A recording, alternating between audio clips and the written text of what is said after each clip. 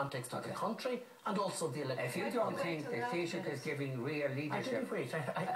When the issue was put to me by way of a direct vote of confidence, I voted no confidence in Brian Conn, and I publicly indicated beforehand my reservations, and I made that particularly clear to him in my conversations with him. So there's no question here of me equivocating in any respect in this regard. The reason I have redoubled and called on him to resign today is because the last 24 hours are utterly catastrophic to the country's interest and to the party interest as it happens What about when the bank guarantee was implemented? What about the first bailout, or the second bailout, or the third bailout, or the fourth bailout? I actually believe, and I said earlier, Brian Conn and his Minister of Finance and his governmental team have made very courageous decisions with regard to the economy, where we had systemic crisis with regard to the banking sector. And I fully support government policy and the difficult measures taken by Brian Conn. It is entirely a political matter that I'm discussing here today, and an issue around confidence and the authority of the position of Taoiseach in our system. And I have not equivocated. Other people have been accused of... No, I do object quite strenuously that I've equivocated in some fashion. I have not been equivocal in any regard on this matter. Conor, if you have no confidence in the leadership capacities of Taoiseach whom you serve in government, why don't you resign? If a request is made of you to resign, I will consider it. Of your own accord, why don't you resign? If you have no confidence in the leadership of the Taoiseach, why don't you resign?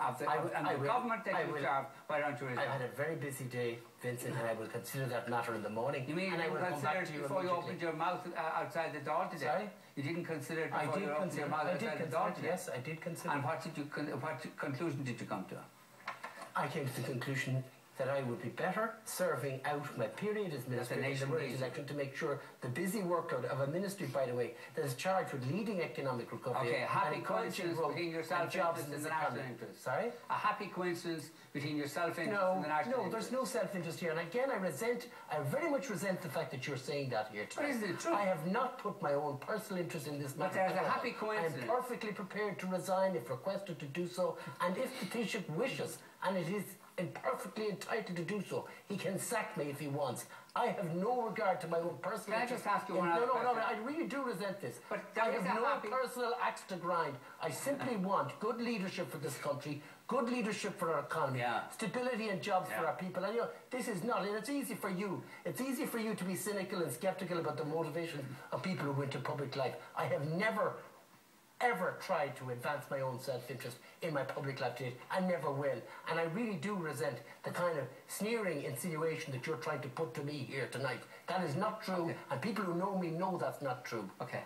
My point was this, that there is a happy coincidence with what seems to be your self-interest. There is no happy coincidence whatsoever. And please do not try to insinuate in any fashion that I advance my self-interest above and beyond the public interest, which is my duty as a minister and a representative of the people of Tala and the Dublin South West constituency and this country. I deeply resent what you're now saying. And if you embark on this line of questioning, I will meet you full on in this matter. This is totally and utterly wrong of you to suggest that. It is wrong and inappropriate of you to suggest that as me to do the same thing to you in this studio, that you are somehow putting questions across here for some other impure motives. I've never done that to you. I've never suggested that you advance your own self-interest when interviewing guests in this programme. So please show some respect here.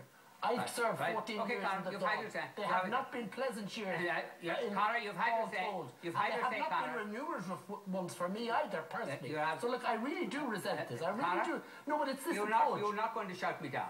And you can take me full on all you bloody like. Yes, I will on this issue. Okay, I won't have my personal integrity impugned in the fashion that you're seeking to do here. No, I'm not entertaining you impugning my character in this program. I'm not impugning it serves nothing of my personal interest to take the line that I'm currently taking. I am not impugning your character. I'm simply pointing out an obvious reality. That people in office, in ministerial office, however junior, people in ministerial office have a self-interest in remaining in a ministerial office. I have no self-interest. In fact, actually, today in the Dáil, a lot of people would argue, because of what's happened the last 24 hours, that I'd actually be much better off out of government, to be quite honest with you, and it would be much more electorally profitable for me too. Okay.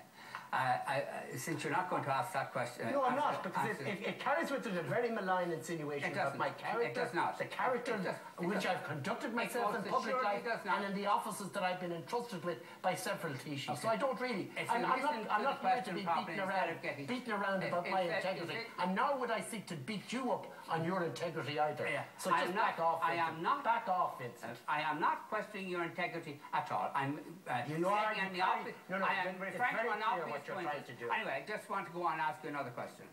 Were you one of the backbenchers